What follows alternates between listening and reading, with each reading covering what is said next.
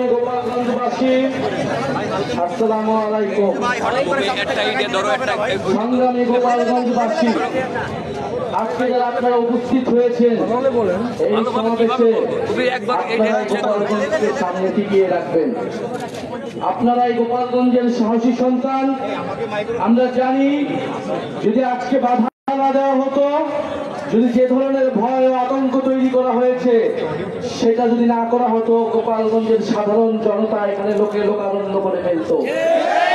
আপনারা যারা দূর থেকে শুনছেন, আপনারা দূর থেকে শুনছেন, প্রিয় গোপালগঞ্জবাসী, আমরা আজকে গোপালগঞ্জে এসেছিলাম দেশ গড়তে জুলাই পদযাত্রা কর্মসূচি নিয়ে। আমরা কোনো যুদ্ধের আহ্বান নিয়ে নয়, শান্তি এবং দেশ গড়ার আহ্বান নিয়ে গোপালগঞ্জে আজকে এসেছি। প্রিয় গোপালগঞ্জবাসী, আমরা গোপালগঞ্জের নাম বদলাইতে আসি নাই। আমরা এসেছি ভবিষ্যৎ বাংলাদেশে, এই নতুন বাংলাদেশে গোপালগঞ্জ মানুষের অধিকার যাতে রক্ষা করা হয় সেই প্রতিশ্রুতি দিতে। প্রিয় গোপালগঞ্জবাসী, মুজিববাদীরা আজকে বাধা দিয়েছে। গণ অভ্যুত্থানের মধ্যে আমরা বলেছিলাম বাধা দিলে বাঁধবে লড়াই, সেই লড়াইয়ে জিততে হবে এবং সেই লড়াই আমরা জিতেছিলাম। আজকে আবারও বাধা দেওয়া হয়েছে দ্বিগুণ গতিতে, এর জবাব আমরা দিব ইনশাআল্লাহ। প্রিয় গোপালগঞ্জবাসী, আপনারা যারা এই গণ অভ্যুত্থানের পক্ষে রয়েছেন, নতুন বাংলাদেশের পক্ষে রয়েছেন, আপনাদেরকে দায়িত্ব নিতে হবে এই গোপালগঞ্জ যেন মুজিববাদীদের আশ্রয় কেন্দ্র হয়ে উঠতে না পারে। যদি পুলিশ প্রশাসন ব্যর্থ হয়, নিজেদেরকে রক্ষা করার দায়িত্ব, নিজেদের জেলার মর্যাদা রক্ষা করার দায়িত্ব, বাংলাদেশকে রক্ষা করার দায়িত্ব আমাদের নিজেদেরকেই নিতে হবে, যেরকমটা আমরা গণ অভ্যুত্থানে নিয়েছিলাম। প্রিয় গোপালগঞ্জবাসী, আমরা আজকে যেটুকুই বলতে এসেছি, গোপালগঞ্জ নামে এই বাংলাদেশে, সামনের বাংলাদেশে কোনো বৈষম্য হবে না।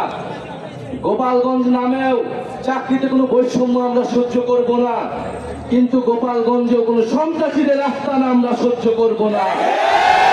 মুজিববাদীরা মুক্তিযুদ্ধকে কলুষিত করেছে, গোপালগঞ্জকেও কলুষিত করেছে। সেই গোপালগঞ্জকে আমরা আবার পুনরুদ্ধার করব, আবার সমুন্নত করব। প্রিয় সংগ্রামী বন্ধুগণ, আমাদের যারা সনাতন ভাই বোনেরাও রয়েছেন, এই আওয়ামী লীগ সনাতন ভাই বোনদের জমি দখল করেছে, তাদের সাথে বেইনসাফি করেছে। আমাদের এই নতুন বাংলাদেশে আমরা সকল ধর্মের অধিকার রক্ষা করব, মান মর্যাদা রক্ষা করব। প্রিয় সংগ্রামী বন্ধুগণ, আজকে মুজিববাদীরা বাধা দিয়েছে, তাদেরকে জবাব দেওয়া হবে।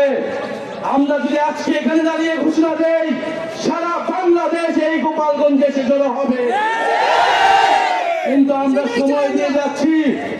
আজকে যে বাধা দেওয়া হলো, কারা বাধা দিয়েছে, কোন সাহসে বাধা দিয়েছে, কোন সাহসে মুজিববাদীরা এখনো গোপালগঞ্জে আশ্রিত রয়েছে, কারা আশ্রয় দিয়েছে?